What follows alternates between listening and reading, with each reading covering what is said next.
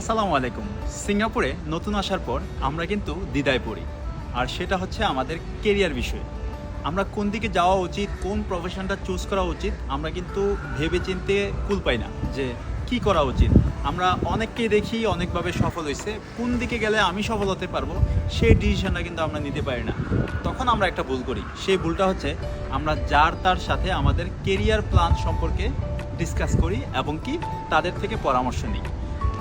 একটা কথা মনে রাখবেন, এই সিঙ্গাপুরে অনেকেই আছে যারা ৮-১০ বছর প্রবাসে থাকার পরেও তাদের ঝুড়িতে একটা সার্টিফিকেট নাই। সেই সব মানুষদের মধ্যে অনেকেই আছে খুব সহজেই বলে থাকে যে সিঙ্গাপুরে হলুদ হেলমেটে হচ্ছে শান্তি, সাদা হেলমেট, ব্লু হেলমেট এগুলাতে অশান্তি। এই জন্য তারা এই হেলমেটগুলো তারা কখনো চায় নাই বা এই হেলমেটের জন্য তারা কখনো চেষ্টা করে নাই। এটা একটা বুলশিট কথা।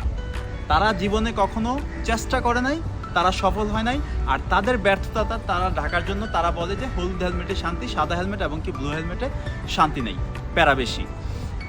এজন্য আপনি আপনার কেরিয়ার প্ল্যান সম্পর্কে ডিসকাস করার আগে বা কারো কাছ থেকে পরামর্শের আগে অবশ্যই আপনাকে ব্যক্তিটাকে চুজ করতে হবে। যেই ব্যক্তির সাথে আপনি কথা বলতেছেন সেই ব্যক্তিটা আপনাকে পরামর্শ দেওয়ার মতো বা তার থেকে মোটিভেট হওয়ার মতো তার এবিলিটি আছে কিনা। যদি সে নিজেই ব্যর্থ হয়ে থাকে, সে যদি নিজেই সফল না হতে পারে, তাহলে সে আপনাকে কি পরামর্শ দেবে? তাই পরামর্শ নেওয়ার ক্ষেত্রে আপনাকে তাদের সাথে কথা বলতে হবে যারা সিঙ্গাপুরে বিভিন্ন কোর্স সার্টিফিকেট করেছে, যারা সিঙ্গাপুরে কঠোর পরিশ্রম করেছে, অধ্যবসায় করেছে, করার ফলে তারা এগিয়ে গেছে। এইসব মানুষদের ভিতরে আবার তাদেরকে আপনার চুজ করতে হবে যারা আপনার প্রফেশনের সাথে বা আপনি যেটা হতে চাইতেছেন বা আপনার যেটা ড্রিম জব সেই জবের সাথে যাদের জবটা সামঞ্জস্য। এখন মনে করেন কেউ কেউ আছে ড্রাইভিং একদম পছন্দ করে না, বাট আপনার খুব পছন্দ যে আপনি জীবনে একজন ড্রাইভার হবেন, সে কিন্তু কখনই আপনাকে ড্রাইভার হওয়ার জন্য উৎসাহ দেবে না। এখন আপনি মনে করেন আপনার সেফটি প্রফেশন জবটা খুব পছন্দের, কিন্তু কোনো একজন সেফটি প্রফেশন জবটা সে পছন্দ করে না, সে পছন্দ করে একজন মেকানিক্যাল ইঞ্জিনিয়ার অথবা মেকানিক্যাল সুপারভাইজার, সেই লেভেলের জব।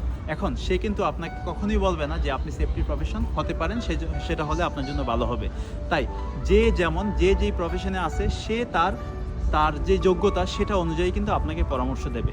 পরামর্শ পিক করার বেলায় আপনাকে অবশ্যই সতর্ক থাকতে হবে এবং কি সেই পরামর্শটা নিতে হবে যেই পরামর্শটা নিলে আপনি ভালো থাকবেন, আপনার পছন্দের জবের ক্ষেত্রে আপনি এগিয়ে যেতে পারবেন, আপনার কেরিয়ার ডেভেলপ হবে।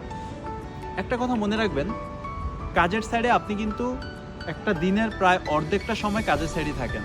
একটা দিন শুরু হয় এবং কি শেষ হয় 24 ঘন্টায়। এই 24 ঘন্টার মধ্যে আমরা প্রায় 10 থেকে 12 ঘন্টা কিন্তু কাজের সাইডেই থাকি। সেই কাজের সাইডে যদি আপনি আপনার পছন্দের জবটা না করেন, তাহলে কিন্তু আপনার পুরোটা কাজের যে সময়টা সবটাই মাটি যাবে। আপনি যেটা অপছন্দ করেন সেটা করে কিন্তু আপনি কখনো শান্তি পাবেন না। যেখানে শান্তি নাই, যেই কাজে আপনার স্যাটিসফ্যাকশন নাই, সেই কাজটা না করাই ভালো। সো শুধুমাত্র টাকার জন্য, শুধুমাত্র কেউ একজন সফল হয়েছে সেই জন্য এমন একটা প্রফেশনকে বাছাই করবেন না যেই প্রফেশনটা আপনার পছন্দ না। দেখবেন একটা রিক্সাওয়ালা 1000 থেকে 1200 টাকা ইনকাম করে কিন্তু 3 বেলা খেতে পারলেই সে মনে করে সে সফল। মাঝে মধ্যে দেখবেন সে পায়ের ওপর পা তুলে তার রিক্সার ওপরে ঘুমোচ্ছে। সো আপনার সফলতা কোথায়, কতটুকু আপনার চাওয়া পাওয়া, এটা কিন্তু আপনি ভালো জানেন। সো কারো থেকে ইন্সপায়ার্ড হয়ে বা কারো সফলতা দেখে এরকম হয়ে যায় না যে নিজের প্রফেশন ছেড়ে, নিজের ভালো লাগা ছেড়ে আপনি তার প্রফেশনের পিছনে ছুটতে থাকবেন।